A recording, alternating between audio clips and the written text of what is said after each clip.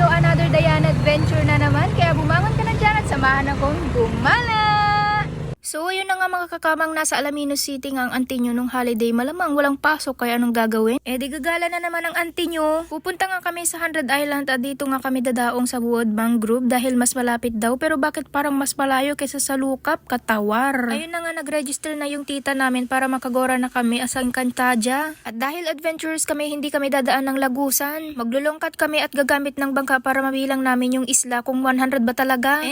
Baka abutin pa kami ng isang linggo. So after 3 seconds ka lang ay nakarating na kami sa unang destinasyon namin. Ito nga ang Pilgrimage Island. Ito na nga mga kakamang, ang footbridge papunta sa gitna ng island. Kung dati simentado pa to, ngayon kahoy na, pero parang mas maganda at mas instagrammable. Sa gitna ng tulay makikita mong malaking statue ni Our Lady of the Assumption. Ang solemn ng vibes, grabe. Bonus pa, may mga malalaking isda tulad ng bangus ata na lumalangoy sa ilalim. Kaya habang naglalakad ka, pwede ka pang mag-stop over para manood ng fish show sa dagat. Dito nga ay perfect magdasal, magpicture at syempre mag-relax. Susunod naman ang chapel ng Our Lady of the Assumption. Sa loob, makikita ang malaking bilog na mapa ng 100 Islands. Nakadisplay din ang larawan ng mga officials at festivals ng Alaminos. Pati ang detalye ng bawat statue sa Pilgrimage Island. By the way, second floor na pala to at sa baba nito ay yung mismong chapel. Pag-akyat naman sa rooftop, makikita ang full view ng Bonsai Garden at Sandals Island.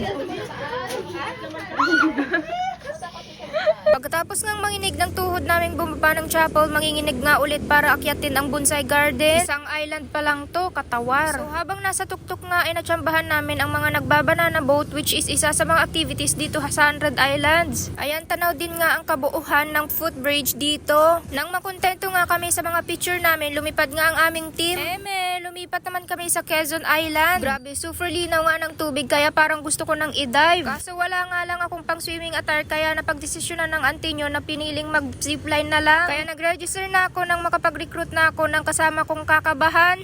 So dito pala sa Quezon Island ang may pinakamaraming activities tulad nga ng zipline, banana boat, yung bilog na hinihila din, yung jet ski at marami pang iba. Itong zipline pala na sinubukan namin ay yung pinakamaikli, which is 100 meters worth 100 pesos per head only. Kung di naman carry ng powers nyo ang zipline, pwede naman kayo dito sa hanging bridge maglakad-lakad at mag-feeling straw. Pero para sa akin, parang mas nakakatakot dito kasi bawat hakbang mo, gumagalaw siya. Para bang itatapon niya ako sa baba, Katawar. So ayun, dahil nakapasa ang auntie nyo sa pagsubok ng 100 Islands, lulusot na ako sa Lagusan papuntang Paraiso. Ayan, napakaganda pala sa Paraisong to. Grabe, tapos may dumagdag pang maganda.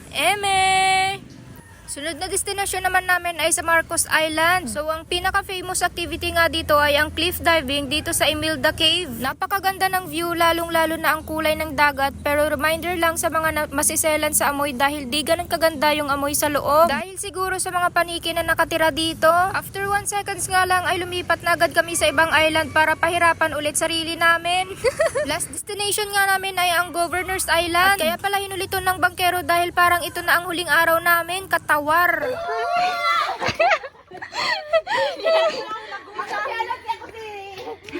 Si kasi Danay.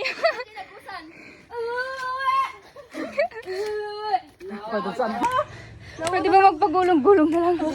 Manahimik muna kayo. Manahimik muna kayo. Ala, nabibigyan. Hindi pa na post. Grabe sound effect yan.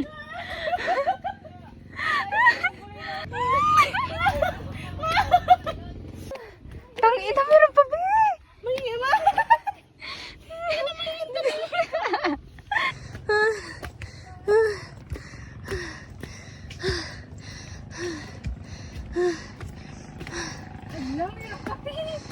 Buwala, buti na lang worth it ang paghingal at pagngatog ng tuhod namin dahil napakaganda ng view. So ito nga pala yung sadya namin dito para mapagbigyan tong pinsan namin na mag-zipline sa pinakamahabang zipline dito sa 100 Islands na may habang 500 meters worth 500 pesos only per head. Nang maibaba na nga siya ay bumaba na nga din kami tsaka na nga umalis agad. Yun lang for today. Thank you for watching. Please like, comment, share and follow me for more adventure with me. Mwah!